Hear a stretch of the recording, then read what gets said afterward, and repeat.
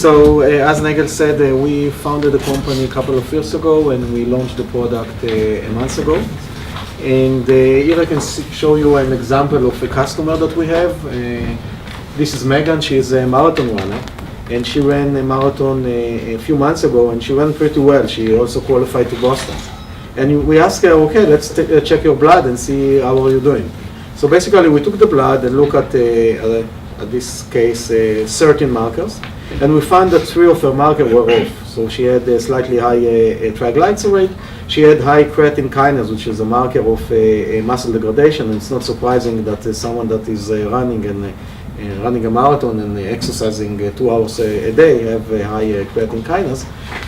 But she also had a low iron. And that's very important for someone that is exercising, because when you have a low iron, you have less iron in your blood cells, and then you transfer less oxygen from your lungs to the muscles. So that can severely compromise the athletic performance. And looking at the literature, we found tens of papers that show that basically athletes that have low iron have a lower athletic activity. So we are looking forward to see her at the Boston Marathon and compare the result between the marathon before and after, and see whether indeed our prediction will work. We don't know yet. So what I will do now, I will show you a short demo on this PowerPoint of what we have and what is the product. So as Nagel said, the product called Instant Tracker, and it's look at around between 10 to 20 markers. The page that you are looking at, it's called the blood work, and here you can see an example of result, in this case vitamin B12. In addition, you have another column that's called the analysis, and it's basically explained to you what is the problem, because if we compare what we are doing to a physician or other supplier, you go to the physician and telling you have a low iron, take the supplement. And it doesn't explain to you what does it mean to have low iron. So in example, if you look here, you can see that low vitamin B12 can basically have is correlated with low mental health. So if you have too low B12, you might have an issue with mental health and so on and so forth. So it gives you some explanation, and if you click on it, you cannot do it now because it's in PowerPoint, it's taken to the original paper and you can read it. And in addition, then when you understand what is happening with you, then you want to know, okay, how can I improve it?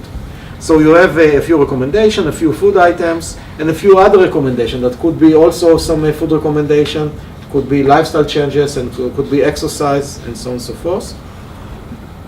I would like to focus on the basically on the range. What is unique about our range is that it's not only pass-fail. So if you go to your physician, he will tell you you are in the range or you're out of the range. And what we're saying, that's a bit wrong, because if you look at the room here, we have people from different ethnicity, different gender, different ages, and different athletic activity and different amount of alcohol, and some are smoking and some are not. And each of us deserve to have his own range. So what we did, we built a range that, an algorithm that can give a range for each of our customers based on the demographic information. And that's come from a big database that we built. We built a database of 80,000 people. So basically, you can look at your peers and then telling you where you should be. But also data that we extract from scientific literature that basically say if someone that doing this activity should be in this range. So the bottom line is that we have now a tool that can give you a range that is specific for you, and the range for you might be different than the range for you. So we discussed that. And then when you know what are the issues, then you want to have some recommendations. So we decided to focus mainly on food. As I showed you before, we also have recommendation for lifestyle, exercise, and supplement, but we are trying to focus on food.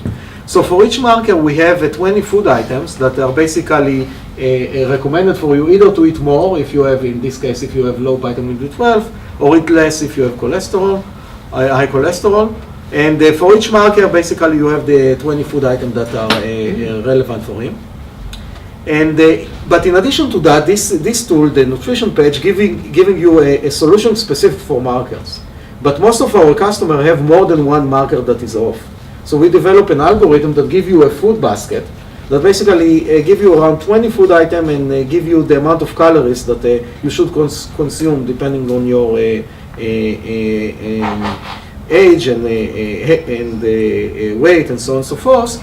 and try to correct the level of your marker based on the food. So if you look here, for example, this guy have low vitamin B12, so the RDA, the recommended dietary from USDA is around 2.4, and this guy is getting 37 microgram of B12. So basically he's getting 10 times more of B12, and hopefully that will help him to correct his B12 issue. And the same for cholesterol, so we have high cholesterol, so the recommendation giving him less than half of the amount of cholesterol that, again, the USDA is recommended, and so on and so forth. You can also refine it and come and say, I want to see only grain or only protein, or I'm eating vegan food, and so on and so forth, and then it will change it. And you can also come and say, I like a baked good, or I like a dairy product, or even in fruit, I like only apple and papaya, and then it will take it into consideration and give you a diet that is good for you. So what we are trying to do is that you can customize the food based on your needs, but the algorithm will give you food only if it's good for you. So you can make a lot of choices, but finally you will get on. So if you will have a high cholesterol and will choose bacon, I assume that you won't get it. So that's the problem. And you can also lock and unlock, so you can lock a food and then generate a new food basket, and it will basically keep the locked food and remove the food that is not locked. So we ran a pilot from actually late May, and we had 50 customers. The pilot include 2 diagnostic tests. The pilot subjects are starting now to do the second diagnostic test, so we don't have the result of that yet. But each of them did the baseline, so we have some data. So you can see here I'm showing 9 markers, and the green is basically the optimal range of each of the customers. And you can see that above that you can see slightly out of range or completely out of range, and slightly below the range or completely below the range. So not surprisingly, you can see that more than 50% of our customers had low vitamin D, and if you look at the whole population of or the whole American, you can see that around 70% of the American have low vitamin D, so it's not surprising. Yeah. Is that the one you get from like being outside in the sun? Exactly, yeah. We are spending the time in the basement. So. Sorry. And you can see some other markers like B12, so we got, I don't know, a few customers that have low B12. But surprisingly, we got a lot of customers that have too much of, specifically of B12, of folic acid, and also of ferritin, which is a marker of iron. So and that was a real surprise for me, because I'm a scientist, and always you learn that it's very tough to get a high amount of those vitamins. But then when you drill down and try to find what is happening, we start to understand that we live in a society that eat Big Mac, drink supersized drink, and driving SUV, and we also love to take supplements. So a lot of the customers that had too much of a vitamin B12 or a folic acid, we found that they are taking a lot of supplements. And what happened? You go to your physician, or you go to your nutritionist, or you hear from your friend, oh yes, I'm taking B12 and I'm feeling excellent, so you're taking, and then you say, oh, maybe you take twice of the amount, and you're taking, and then and nobody is checking that, and finally we found that literally 50% of our customers had too much folic acid. So then you can ask, okay, so what? What is the effect of that? And if you have a very high amount of folic acid, you have you might have the problem that you will have too little of B12, because those two vitamins are compete on the same receptor in your gut. So basically, if you have a lot of folic acid, you will have a less amount of B12. And also, when you have too much B12, you can have some rashes and color of the urine and so on and so forth. So there are effects of too much. So too much is not good, like everything. And that was a big surprise of the pilot that we did. Basically, what we would like to, and I discussed with Nagel about it a few weeks ago, that we would like to do, we would like to propose an experiment with you guys, basically to have 2 of you as our guinea pig.